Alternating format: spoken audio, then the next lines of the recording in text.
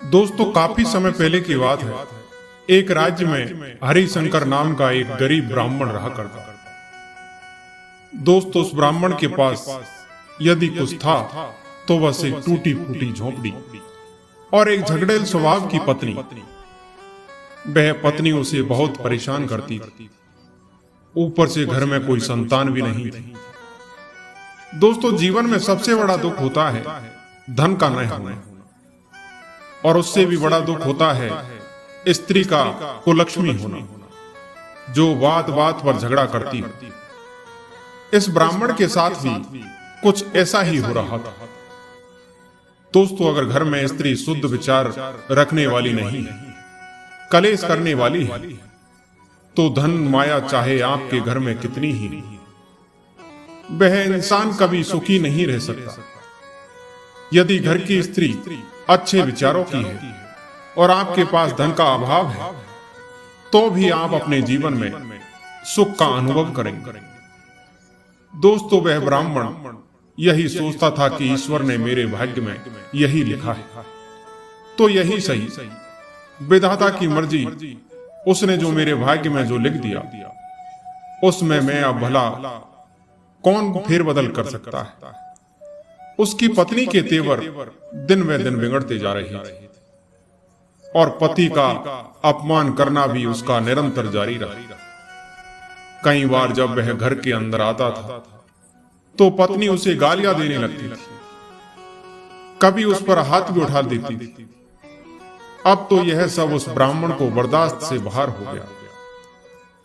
अब तो उस ब्राह्मण ने घर छोड़कर जाने का निश्चय कर लिया। ब्राह्मण देवता सोचने लगे कि अब इस घर में रहना ठीक नहीं है। अगली सुबह उसने अपनी पत्नी से कहा कि मैंने सुना है कि दूसरे राज्य में एक राजा है जो गरीब लोगों की मदद करता है। वह राजा गरीब लोगों की मदद करता है और उन्हें मदद स्वरूप बहुत सा धन देता है। तो मैं भी वहीं जा रहा हूं। मैं भी अपना भाग्य आजमा कर देख लेता हूं कि राजा के यहां से मुझे क्या मिलता है।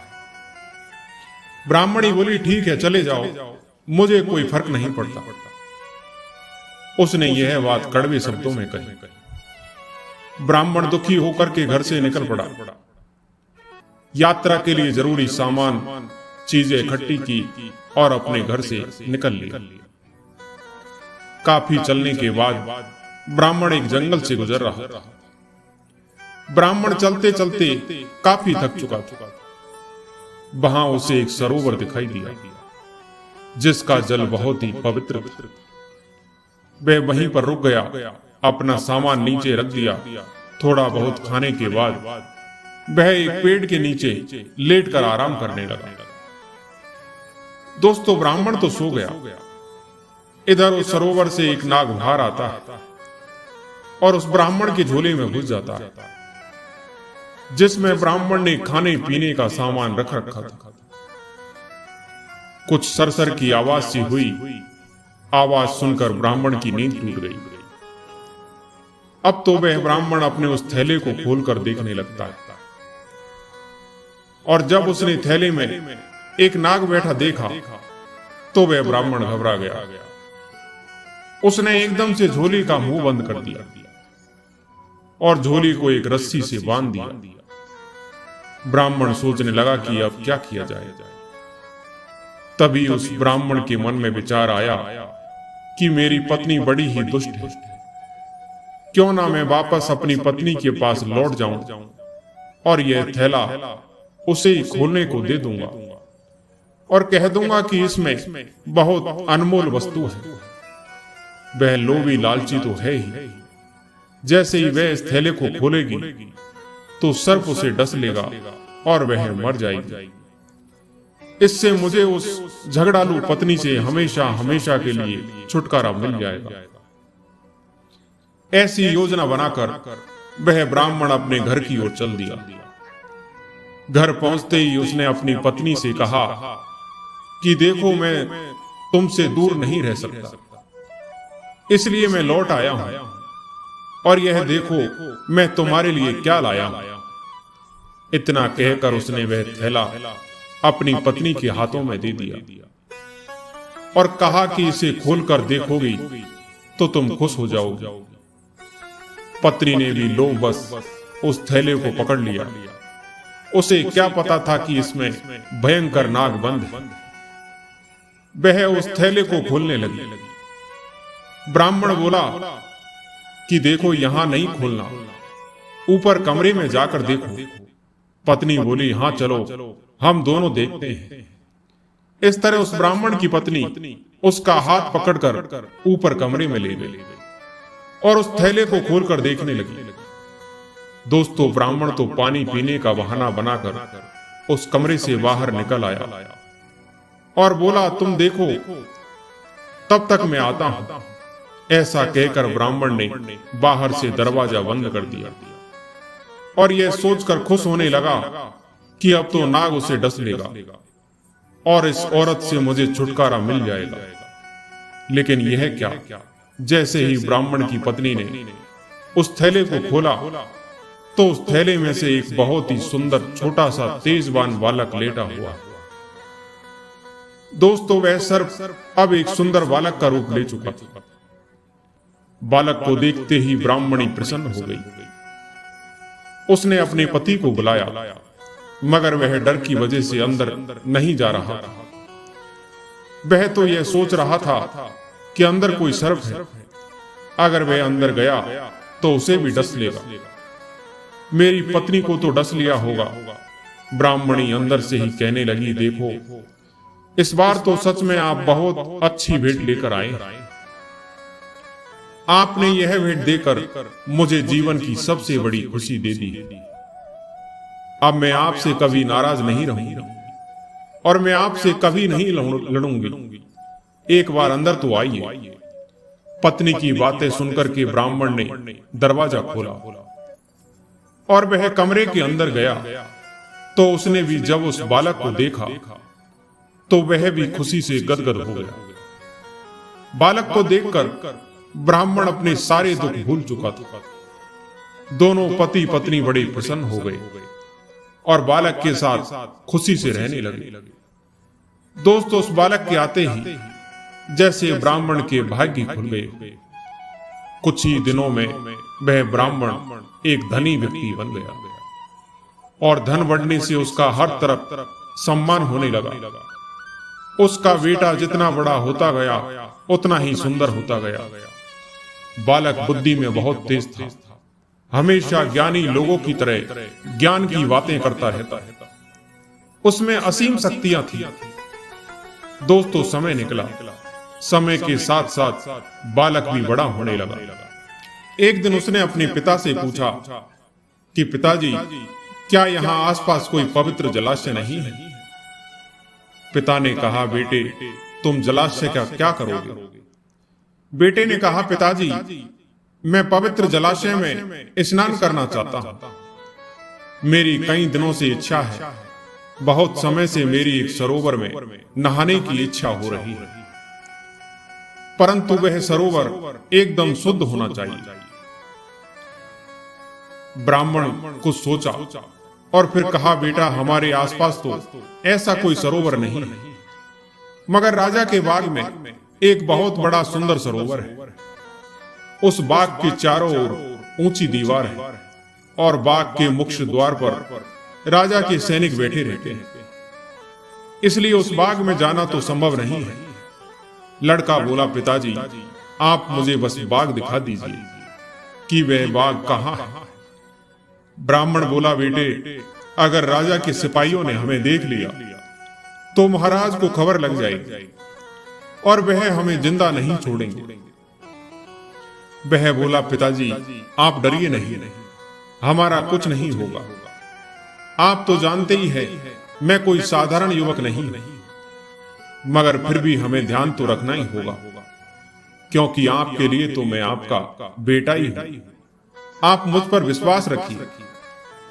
दोस्तों, वह बालक ब्राह्मण से ज्यादा ही जिद करने लगा, तो वह ब्राह्मण उसे राजा के बाग की तरफ लेकर चल देता है और कुछ ही देर में दोनों बाग के पास पहुंच जाते हैं। उधर वह बालक ध्यान से देखता है कि दीवारें तो बहुत ऊंची, चढ़ना तो आसान नहीं है। थोड़ी देर के बाद आखिर उसे एक छोटा सा छिद्र दीवार के नीचे दिखाई दिया। उस बालक ने अपने आप को छोटे सर्प के रूप में बदल लिया और बाग के अंदर घुस गया।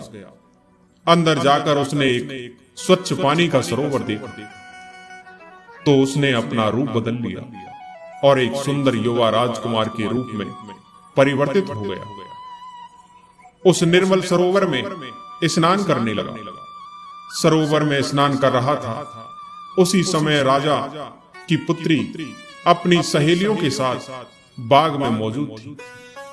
उसने अपनी दासियों को देखने के लिए भेजा कि देख कर आओ कि बाग में कोई घुस तो नहीं आया है।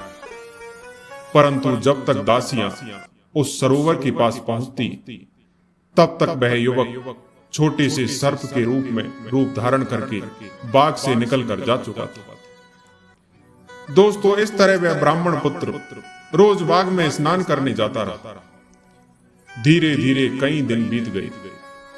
एक दिन की बात है, रोज की तरह बालक बाग में जाकर नहाने लगा। संयोग से उस दिन भी राजकुमारी बाग में मौजूद थी।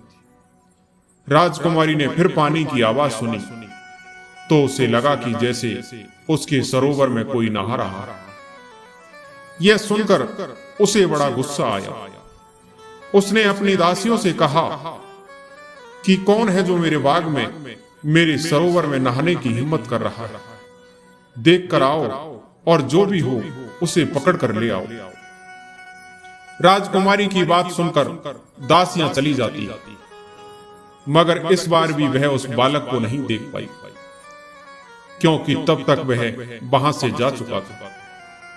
अगले दिन जब वह नाग बना युवक रोज की तरह उस सरोवर में नहाने लगा, तो उस दिन राजकुमारी उस सरोवर के पास छुपकर बैठी थी।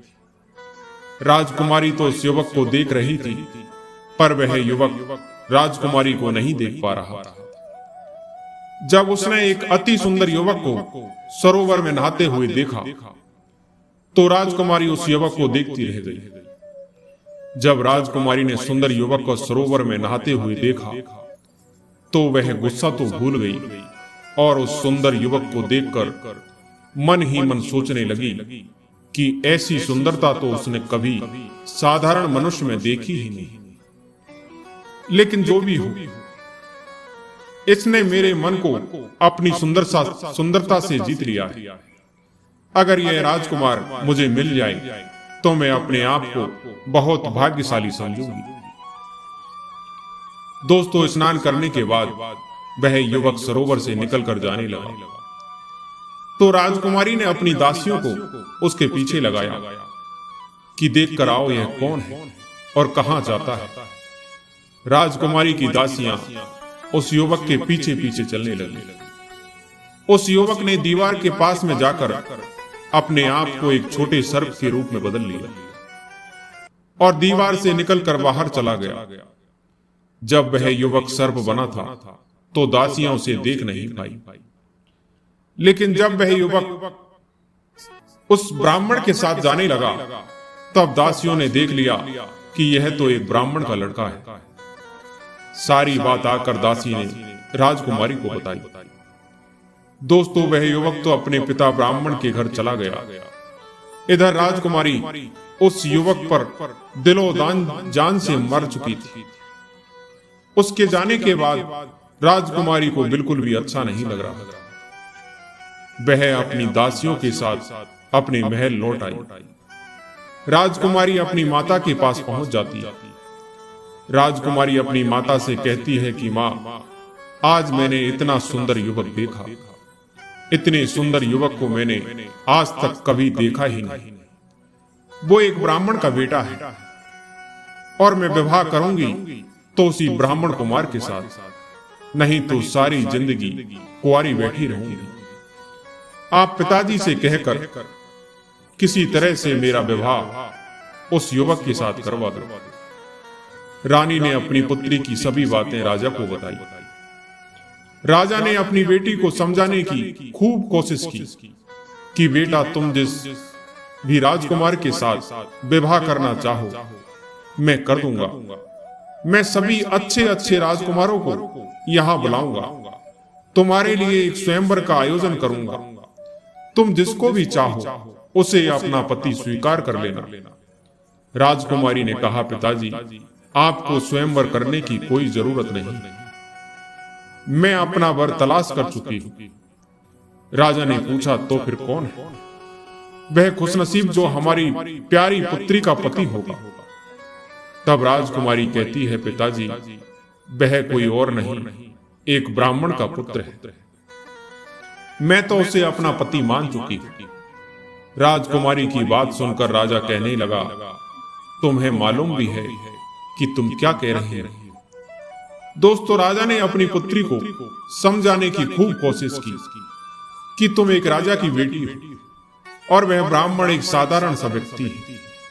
मैं कैसे उसके साथ तुम्हारा विवाह कर दूं? मैं राजा हूं तो मैं किसी राजकुमार को ही तलाश करूंगा। क्या तुम उस गरीब ब्राह्मण के घर में खुश रह पाओगी? बेटी, मित्रता और विवाह संबंध हमेशा बराबर वालों में भी शोभा देते हैं। राजकुमारी कहने लगी, नहीं पिताजी, इससे क्या फर्क पड़ता है कि वह गरीब है या नहीं। मैंने तो उस ब्राह्मण के बेटे को अपना पति मान लिया है। मैं किसी और को अपना पति स्वीकार नहीं कर सकती। मुझे उसी युवक से विवाह करना है जिससे मैंने प्रेम किया है।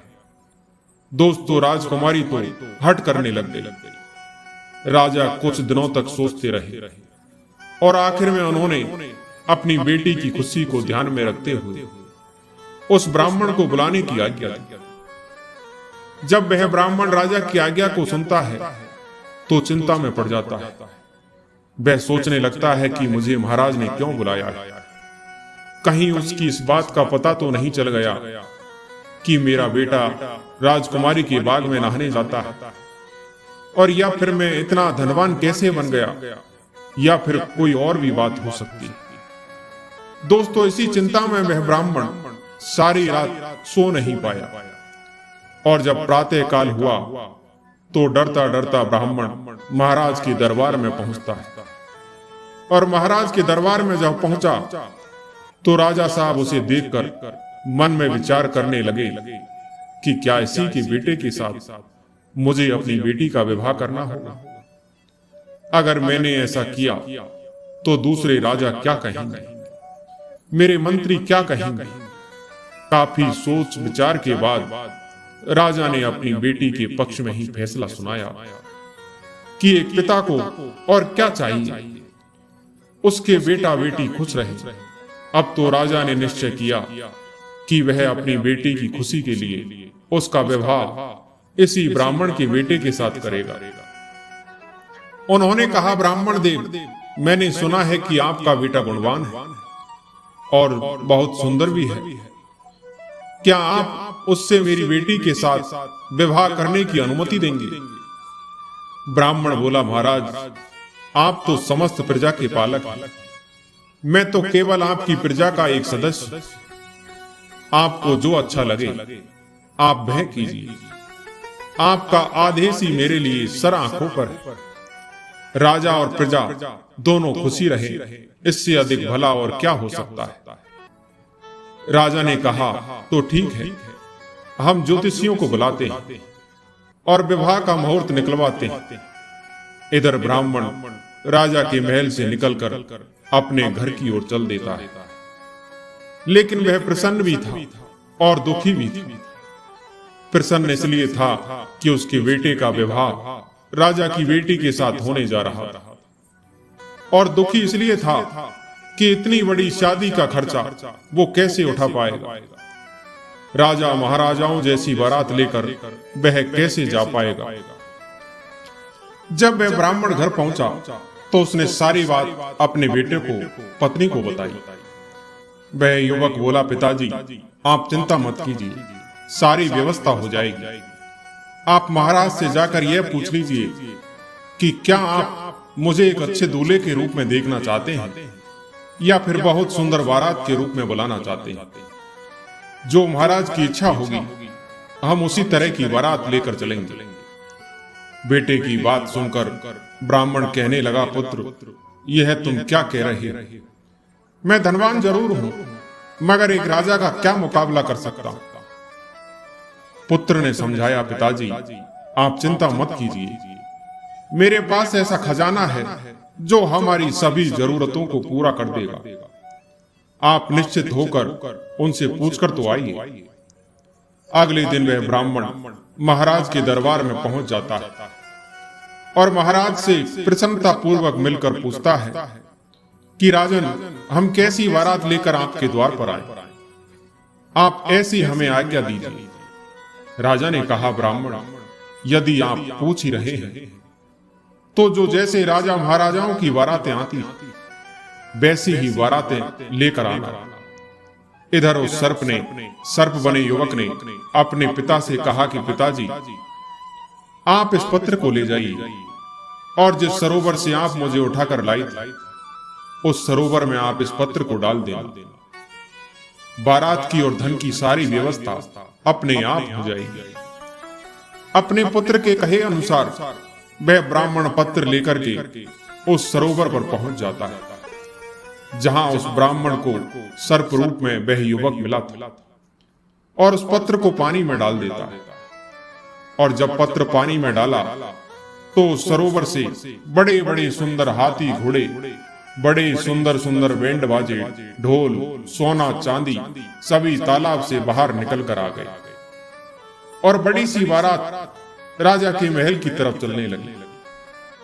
जब बारात राजा के महल के नजदीक पहुंची तो राजा ने महल के झरोके से एक बहुत लंबा जुलूस आता हुआ देखा। तो उन्होंने अपने मंत्री से पूछा कि क्या यह ब्राह्मण के बेटे की बारात या कोई और राजकुमार आ रहा है? तो मंत्री कहने लगा, नहीं महाराज, यह उसी ब्राह्मण के बेटे की बारात। यह सब सुनकर राजा बड़ा प्रसन्न हुआ और हंसी खुशी के साथ अपनी बेटी का विवाह उस ब्राह्मण कुमार के साथ कर देता है। दोस्तों, भव्य समापन के बाद राजा ने अपना एक महल अपनी पुत्री और अपने दामाद को रहने के लिए दे दिया। अब तो वह ब्राह्मण युवक एक राजकुमार हो चुका था। राजकुमार और राजकुमारी दोनों उसी राजमहल के अंदर रहने लगे। धीरे धीरे समय निकला। दोस्तों, इधर सर्प बना जो राजकुमार था, वो जिस सरोवर में रहता था, उस सरोवर में उसकी कई पत्नियां थी और उसको उस सरोवर में आए काफी समय बीत चुका था। उसकी पत्नियां कई वर्षों से अपने पति से नहीं मिली थी। बहुत समय निकल गया, इस कारण चिंतित रहने लगी। उन्होंने अपने पति को ढूंढने और उसे वापस लाने के लिए योजना बनानी शुरू कर दी। जब उन्हें यह मालूम चला कि उसने मनुष्य का रूप धारण करके एक राजकुमारी से विवाह कर लिया है, तो सभी पत्नियां बहुत क्रोधित हुई। उन नाग पत्नियों में से एक ने अपने पति को वापस लाने की जिम्मेदारी ली। उसने एक औरत का रूप धारण किया और अपने पति के महल की तरफ कांच के बर्तन लेकर चल पड़ी। उसने सोचा कि जब हमारा पति इन कांच के बर्तनों को देखेगा तो उसे अपनी नाग पत्नियों की याद आ जाएगी। दोस्तों, वह नागिन बनी और आखिर एक दिन राजकुमारी से मिलने में कामयाब हो गई। उसने देखा कि उसका पति राजकुमार घर से बाहर गया हुआ है, तो उसने कांच के बर्तन राजकुमारी को भेज दिए और फिर वह वहां से चली गई। शाम को जब राजकुमार वापस घर आया तो उसने अपने घर में कांच के बर्तनों को रखा देखा तो अपनी पत्नी पर बहुत गुस्सा करता है। उसने तुरंत अपनी पत्नी से कहा कि वह ऐसी समय कांच के बर्तनों को तोड़कर फेंक दे। दोस्तों, अपने पति के कहने पर राजकुमारी ने उन कांच के बर्तनों को तोड़कर फेंक दिया। फिर राजकुमार अपनी पत्नी को समझाते हुए कहने लगा कि देखो, आज के बाद कभी ऐसी धोखेबाज स्त्रियों के बहकावे में मत आना। किसी से कोई भी वस्तु मत खरीदना। अक्सर ऐसी स्त्रियों को दूसरों की खुशियां देखी नहीं जाती। इसलिए ऐसी चीजें उनके घर में दे जाती ताकि उनका घर टूटकर बिखर जाए। आजकल लोग अपनी खुशियों को पाने के लिए दूसरों की खुशियों की बलि चढ़ा देते हैं। दोस्तों, इधर पहली नागिन की चाल असफल हो गई तो दूसरी नागिन ने बीड़ा उठाया। उसने भी एक औरत का रूप धारण किया और वह भी अवसर पाकर राजकुमारी के पास पहुंच गई। उसने बड़े दुखी होकर के राजकुमारी को अपनी दुख भरी कथा सुनाई और कहने लगी, राजकुमारी, मैं दुखी स्त्री हूं। मेरा पति मुझे छोड़कर चला गया है, कृपया मेरी सहायता करें। उस नागिन ने बताया, बहन, मेरे पति ने एक दूसरी स्त्री से शादी कर ली और वह कोई और नहीं, आपका ही पति है। दोस्तों, नागिन बनी औरत की बात सुनकर के राजकुमारी को बड़ा धक्का लगा और बड़ा गुस्सा भी आया। वह नागिन कहने लगी कि राजकुमारी, मेरा पति मुझे लौटा दो। तुम्हारा क्या है, तुम तो एक राजकन्या हो, आपके लिए तो कई राजकुमार मिल जाएंगे, इसलिए आप मेरा पति मुझे वापस कर दीजिए। आपको यदि मेरी बातों पर भरोसा नहीं तो आप अपने पति की परीक्षा ले सकती। राजकुमारी बोली, मैं कैसे परीक्षा लूंगी? तो उसने बताया कि आप अपने पति को पानी में उतरने के लिए कहिए। यदि वे पानी में डूब जाए तब तो मेरा पति है, अगर ना डूबे तो आपका पति। दोस्तों, इतना कहकर वह नागिन बनी औरत वहां से चली जाती। इधर जब शाम का वक्त हुआ तो राजकुमार अपने महलों में आता है। तो राजकुमारी ने उसे पूरी कहानी सुनाई कि तुमने मेरे साथ धोखा किया है, तुम किसी और के पति हो।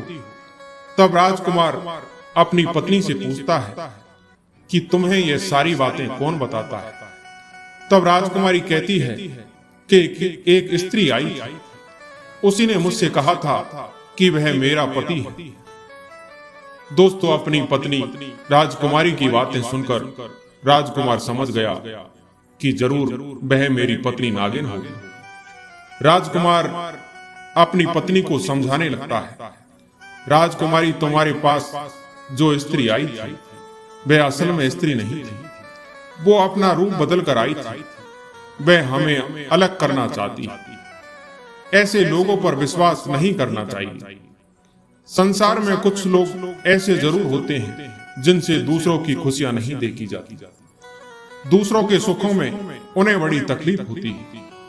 वह नाग बना राजकुमार अपनी पत्नी राजकुमारी को समझाते हुए कहता है कि राजकुमारी, मेरी बात बड़े ध्यान से सुनो। इन 3 तरह के लोगों की सलाह कभी मत मानना। पहला, जो आपका पूर्व का बैरी हो और उसकी अपेक्षा आपने उससे अधिक तरक्की कर ली। अगर वह आपको सलाह देगा तो वह आपको अच्छी सलाह नहीं देगा। दूसरी, जो धन का लोभी हो, जो आपसे अपने स्वार्थ की पूर्ति करना चाहता हो, वो आपको कभी अच्छी सलाह नहीं देगा। तीसरा, दहा रखने वाला, धन बल रूप में जो आपके समान हो, कपट करने वाला, इस तरह के लोगों की सलाह कभी नहीं लेनी चाहिए। ऐसे लोगों पर कभी विश्वास नहीं करना चाहिए। राजकुमार की बातें सुनकर राजकुमारी कहने लगी, नहीं महाराज, मैं कभी किसी पर विश्वास नहीं करूंगी, मगर आप मुझे पानी में उतर कर दिखा दीजिए, फिर मैं निश्चिंत हो जाऊंगी कि आप मेरे ही पति हैं। दोस्तों, नाग अपनी पत्नी राजकुमारी सुदीक्षा को समझाता रहा कि देखो, मैं आपका ही पति हूं, और वह राजकुमारी को मना करता रहा कि वह उसे पानी में उतरने के लिए ना कहे। दोस्तों, वह नाग बना राजकुमार जानता था कि मैं पानी में उतर गया तो नागिन उसे खींच कर ले जाएंगी, मगर स्त्री की जिद के आगे उसकी एक ने चली। आखिर वह सरोवर के पास पहुंच गया। राजकुमारी सुदीक्षा किनारे पर खड़ी होकर देखने लगी। जैसे ही राजकुमार जल में उतरा, उसकी नागिन पत्नियों ने उसके पैरों को जकड़ लिया और उसे नीचे खींचती हुई बहुत नीचे तक ले गई। अब कुछ नहीं हो सकता, क्योंकि वह राजकुमार अब अपने असली नाग रूप में अपनी पत्नी नागिनों के पास जा चुका था। राजकुमारी अपने सुंदर पति को खो चुकी थी। अब तो राजकुमारी रोती रोती अपने महल पहुंचती। राजकुमारी सारे दिन अपने पति के बारे में सोचती रही। उसे कुछ भी अच्छा नहीं लग रहा था।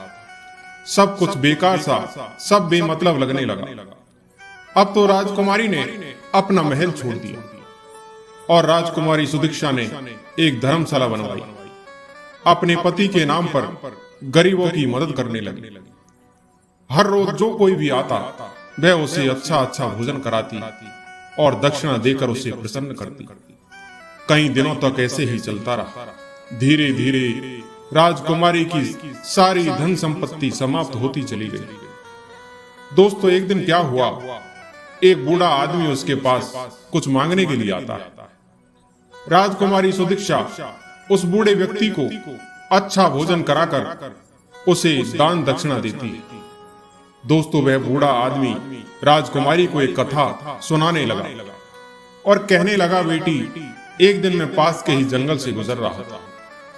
मुझे उस जंगल में ही रात हो गई। उस जंगल में एक सरोवर था। मैं उसी के पास एक पेड़ के नीचे रात गुजारने के लिए रुक गया। वहां मैंने देखा कि आधी रात गुजरने के बाद कुछ आवाज सी हुई। मैंने देखा कि सरोवर से एक राजा उसकी फौज बाहर आ रही थी। जब वह पूरी तरह से अपनी फौज के साथ बाहर आ गया तो मैं भी जाग गया था।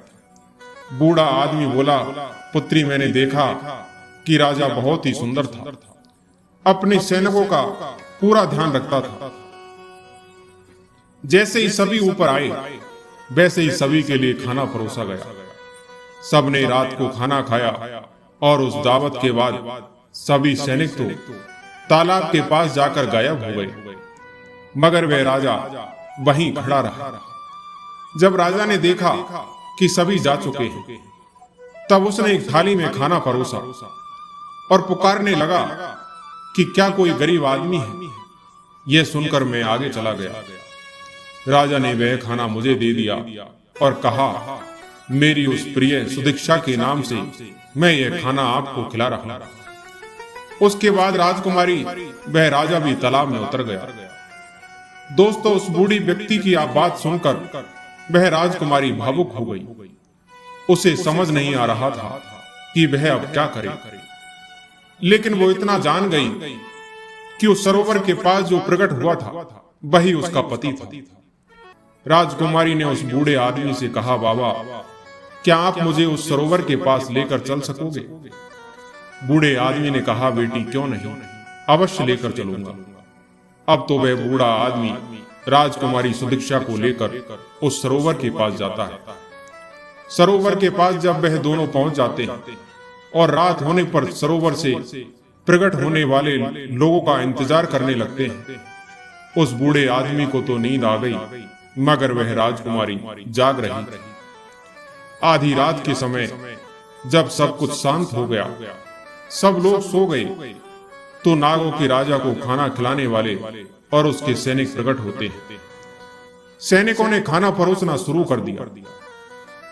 जब सभी ने खाना खा लिया और खाने के बाद में सब वापस सरोवर की ओर चले गए, तो नागों का राजा जंगल की तरफ खाना लेकर पुकारता हुआ जाने लगा, अरे कोई गरीब आदमी यहाँ है। दोस्तों, राजकुमारी यह सब कुछ देख रही थी। अपने पति को देखकर उसे रहा नहीं गया। अब राजकुमारी उसके सामने आ गई और वह बोल उठी कि स्वामी, मैं तुम्हारे बिना नहीं रह सकती, मुझे क्षमा करो और मेरे साथ चलो, हम साथ साथ रहेंगे। राजकुमारी की आवाज सुनकर वह नाग चौंक गया और कुछ समझ नहीं पाया कि क्या हुआ। उसने पूछा कि तुम कौन हो? तब राजकुमारी कहती है, देखो, मुझे पहचानो, मैं तुम्हारी पत्नी हूं। नागराज ने उसे पहचान तो लिया, मगर वह जानता था कि सरोवर में चले जाने के बाद अब वह उसके साथ नहीं रह सकता। उसने बताया कि राजकुमारी, अब नाग ने मुझे ऊपर नहीं आने देगी, इसलिए तुम जाओ और अगर मुझे कभी मौका मिला तो मैं तुम्हारे पास लौट आऊंगा। राजकुमारी अपने नागपति से माफी मांगते हुए कहती है कि मुझे क्षमा कर दो, पता नहीं मैंने उस औरत की बात क्यों मानी। राजकुमारी बोली कि अगर तुम मेरे पास नहीं आ सकते तो मुझे अपने साथ ले चलो। दोस्तों, वह नाग बोला कि प्रिय, ऐसा संभव नहीं है। परंतु राजकुमारी मानने को तैयार नहीं। उसके बाद में वह नाग उस राजकुमारी को अपने साथ उस सरोवर में ले जाने के लिए तैयार हो जाता है। दोस्तों, उस नाग ने उस राजकुमारी को एक कंकर के रूप में बदल दिया और अपनी जेब में रख लिया। जब वह अपने नागलोक में पहुंचा तो उसकी सभी नागिनें उसके स्वागत के लिए आगे आई। नागराज ने उनका स्वागत स्वीकार किया। नागिनों ने नाग से कहने लगी कि उसके शरीर से किसी मानव की दुर्गंध आ रही है।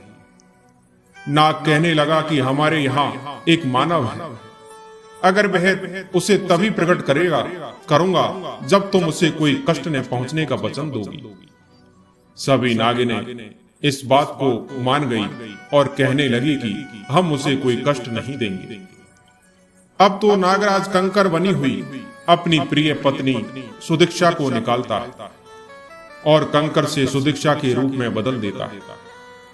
नाग पत्नियों ने जब एक सुंदर राजकुमारी को देखा तो उन्हें उससे बहुत बड़ी ईर्ष्या होने लगी। उनके मन में द्वेष की भावना उत्पन्न होने लगी।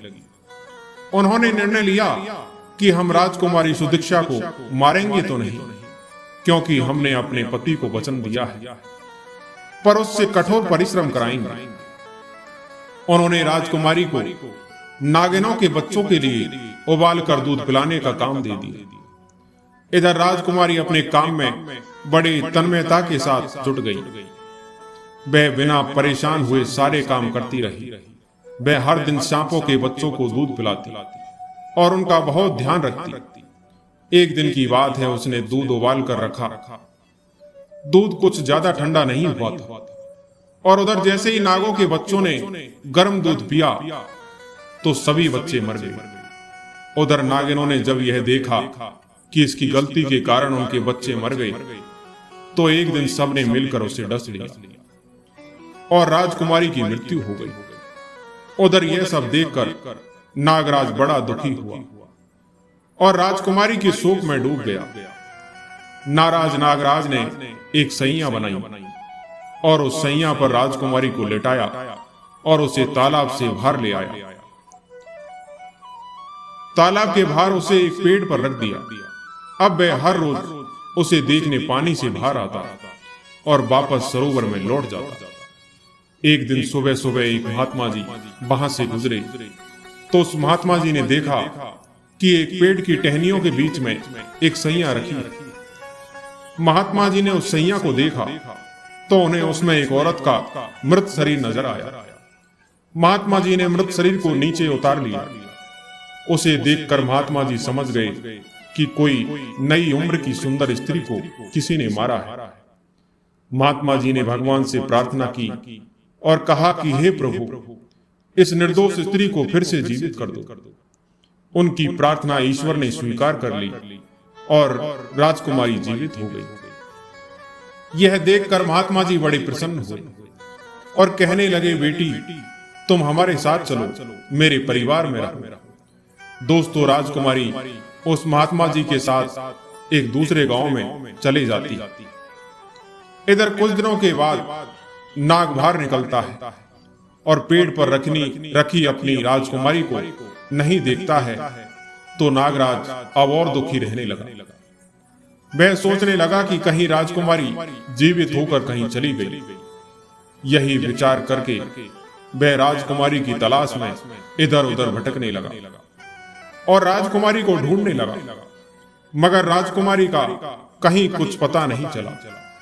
तो वह दूसरे गांव तक जा पहुंचा और नागराज को महात्मा के घर का पता लगा। धीरे धीरे वह महात्मा जी के आश्रम पर पहुंच गया। वहां उसने राजकुमारी को सोते हुए पाया। उसने अपना रूप बदला और एक छोटे सर्प के रूप में बदल गया और जाकर राजकुमारी के बिस्तर पर कुंडी मारकर बैठ गया। उन महात्मा का एक पुत्र था। वह घर आता है और उसने देखा कि राजकुमारी के पास एक सर्प बैठा हुआ है। उसने सोचा कि ये सर्प कहीं इसे डस न ले, इसलिए उसने एकदम से अपनी तलवार उठाई और सांप के टुकड़े टुकड़े कर दिए। इतने में राजकुमारी जाग गई।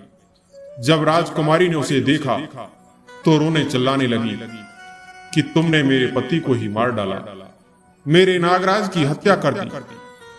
दोस्तों, राजकुमारी ने क्या किया? एक चंदन की लकड़ियों की एक चिता बनाई।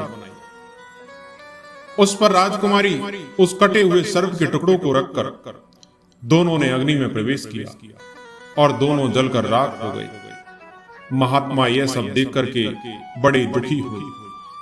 महात्मा जी रात भर जागते रहे।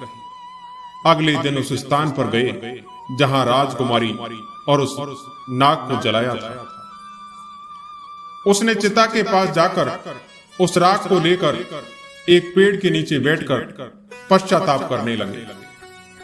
दोस्तों, महात्मा जिस पेड़ के नीचे बैठा था उसी पेड़ पर भाग्यवश भगवान शिव और माता पार्वती दो पक्षियों के रूप में बैठे थे।